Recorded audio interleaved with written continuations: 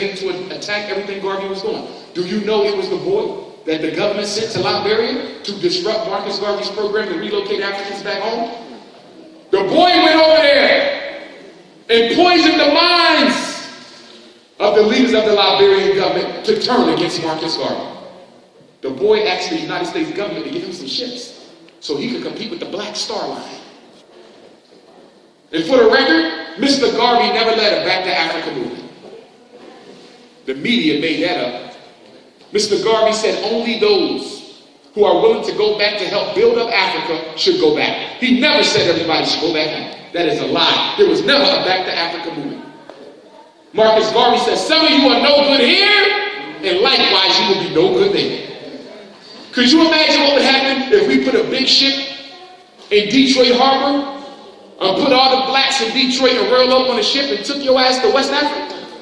Do you know how much problems we would start? You got Negroes with perms, weeds, white lights, basketballs, and iPods. And you going to Africa. As soon as you get there, you wouldn't know where you can get some food stamps.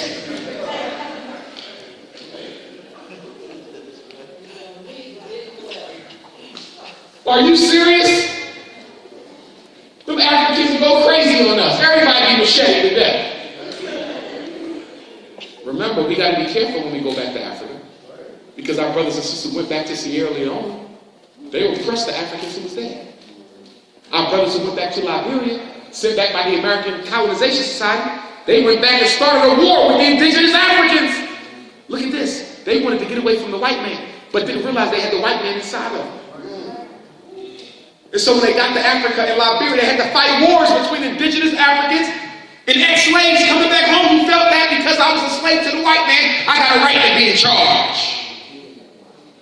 I was in Liberia last January. Do you know right now in Liberia, if you have an English last name like Johnson or Williams, you get status because it's assumed that you are a descendant of the Africans who came back from America. So you're put on a privileged pedestal. But if you have an indigenous African name, you get looked down upon in your own land.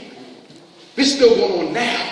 There's a mistrust between descendants of indigenous Africans and those who came back after slavery. So Africans have a right to be mistrusting of us because they know what the hell some of us did to them. You got to work with them. Earn that trust back. That's why those of you who go on the trip to me to Ghana, we're going to have some webinars for y'all. Because we got to get you right. Certain things you don't do is considered disrespectful. For example, if we're going to eat up in the village, we likely got to eat together. They bring the plate of food out, all on one big plate. There are no separate plates. A lot of times they eat with their hands. Okay? So if you go over there acting like a damn European Negropean, when they bring the plate out there, you're looking for forks and spoons and shit. Okay? Fingers! Because I'm going to tell you what they're going to do. They're going to study how you deal with their food. Because food is personal. And the way you deal with their food, let them know whether you're a Negro or an African. I'm telling you, you will fail the test.